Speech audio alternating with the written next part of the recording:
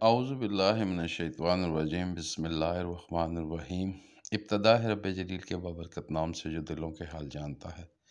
میں Safdar Waheed B O وی N city کی جانب سے آپ کی خدمت میں حاضر ہوں۔ السلام علیکم ورحمۃ اللہ وبرکاتہ۔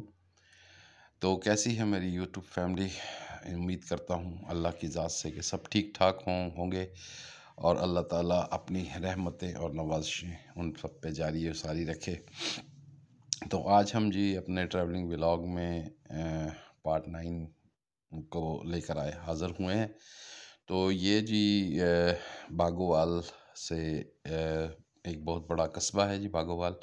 اور باگوال سے جو ہے تھوڑا سا جب باگوال ختم ہونے پہ آتا ہے تو یہاں سے ایک سڑک جو ہے وہ بڑیلہ شریف کو نکل جاتی ہے، اور دوسری سڑک جو ہے وہ ہیڈ مرالہ کی طرف ٹرن کرتی ہے۔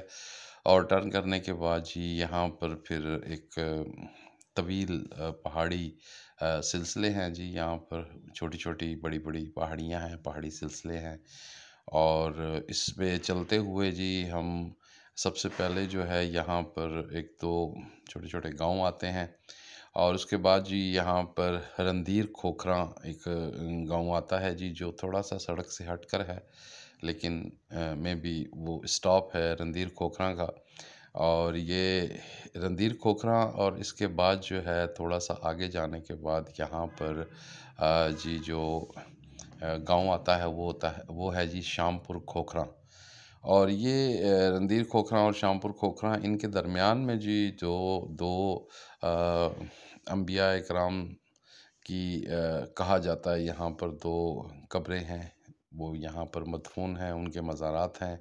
دریائے چناب کے کنارے پر۔ تو یہ جی شام پور کھوکھراں یہ بھی تھوڑا سا ہٹ کر ہے، دریائے چناب کے کنارے پر کہنا چاہیے اسے۔ اور اس سے جب ہم آگے نکلتے ہیں تو پھر ہمیں یہاں پر ملتا ہے ماڑی کھوکھراں۔ ماڑی کھوکھراں بہت بڑا گاؤں ہے جی، اور یہاں سے جو ہے یہ یوں کہہ لیں کہ ایک اونچائی پہ بنا ہوا ہے جی ماڑی کھوکھراں، اور یہاں سے نیچے یعنی کہ ڈھلوان کی طرف جو ہے اترنا پڑتا ہے، کوئی تقریباً 25 سے 30 فٹ نیچے، اور پھر وہاں سے سڑک جو ہے وہ برابر ہوتی ہے۔ یہ ٹیلے کے اوپر گاؤں بنا ہوا ہے، اور اس گاؤں کی جو گلیاں ہیں وہ گلیاں سڑک جو ہے وہ اوپر ہے، اور اس کے بعد جو اس کی گلیاں ہیں یہ ڈھلوان میں بنی ہوئی ہیں۔ اور ظاہر ہے پرانے وقتوں میں یہاں پر لوگوں نے جب رہائشیں رکھی تھیں تو وہاں پر اس حوالے سے وہ ٹیلے تھے۔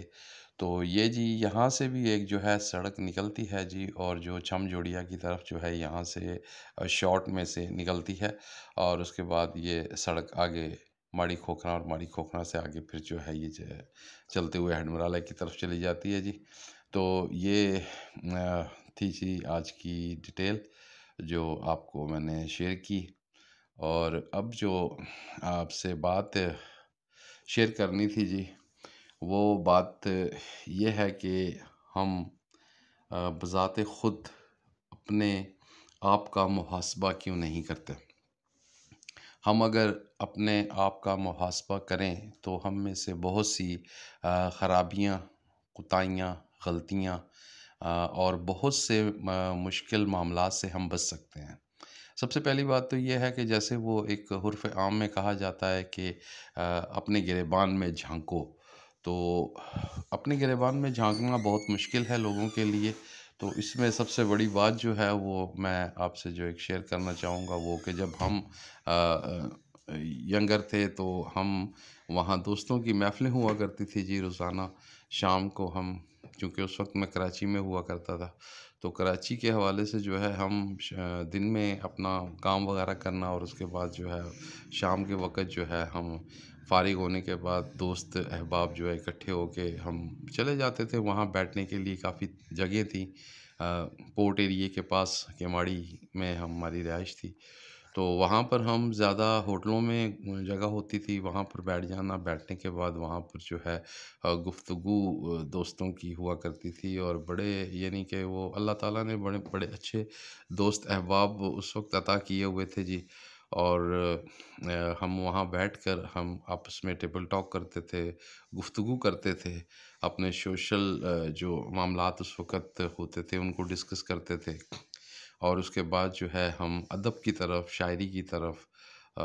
دین کی طرف، اسلام کی طرف، مطلب مختلف معاملات تھے اس وقت ہی جن پر ہم وہاں پر بیٹھ کر ٹیبل ٹاک کیا کرتے تھے، اور ہمیں اس میں بہت سی جو ہے معلومات ایک دوسرے سے ملتی تھیں، اور اس میں بحث و مباحثے بھی کافی ہوا کرتے تھے۔ تو یہ باتیں جو ہے سب سے اہم تھیں کہ اس نے ہماری شخصیت کو پر جو اثر ڈالا اس وقت میں، وہ آج تک ہمیں یاد آتا ہے۔ وہ وقت گزرنے کے بعد ہم وہاں پر بیٹھتے تھے، وہاں بیٹھنے کے بعد اس دور میں ہم نے وہاں پر ویلفیئر سوسائٹیز بنائی ہوئی تھیں، اور ان سوسائٹیز کے دفتر ہم نے بنائے، وہاں پر ہم شام کو میٹنگز کرتے تھے، بیٹھتے تھے، اور وہاں پر ہم جو اپنے ویلفیئر کے جو کام ہیں ان کے بارے میں ہم ڈسکشن کرتے تھے کہ ہمیں کیا کرنا چاہیے اور کیا نہیں کرنا چاہیے۔ تو اس وقت جو ہے ہم وہ دیکھتے تھے کہ ہمارے محلے میں، ہمارے ارد گرد، ہمارے آس پاس، یا اس وقت کوئی مجبور لاچار بندہ آ جاتا تھا، یا کوئی بندہ وہاں پر دفاتر میں لوگ اپنی مشکلات لے کر آتے تھے، اپنی پریشانیاں لے کر آتے تھے، تو ان کی پریشانیوں کے لیے ہم ان کی ہیلپ کیا کرتے تھے۔ تو یہ تو اس وقت کا ایک معاملہ تھا کہ بعض اوقات ایسے بھی معاملات ہیں، کسی کو خون کی ضرورت ہے، کسی کا کوئی ایکسیڈنٹ ہو گیا، کسی کے ساتھ کوئی ایمرجنسی ہو گئی، یا کوئی اور معاملات ہو گئے، کوئی مالی پریشانی ہو گئی، تو ہم اس کے لیے ڈونیشن بھی کیا کرتے تھے، اور ڈونیشن کرنے کے بعد ہم وہاں پر اس بندے کی جتنی ہم سے ہیلپ ہوتی تھی ہم اس کی ہیلپ بھی کیا کرتے تھے۔ تو یہ وہ ایک وقت تھا، اور وہاں سے آنے کے بعد مجھے عرصہ ہی ہو گیا یہاں پر، نہ وہ گیدرنگ ہمیں مل سکی، نہ وہ لوگ مل سکے، نہ اس طرح کے لوگ مل سکے کہ جن کے ساتھ ہم بیٹھ سکیں، یا وہ لوگ جن میں کم از کم کسی کا احساس ہو، نرم دل،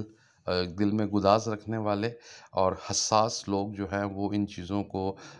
دیکھتے ہیں، اور ان چیزوں پر وہ عمل کرتے ہیں، یا ان چیزوں کے لیے وہ اپنے ٹائم کو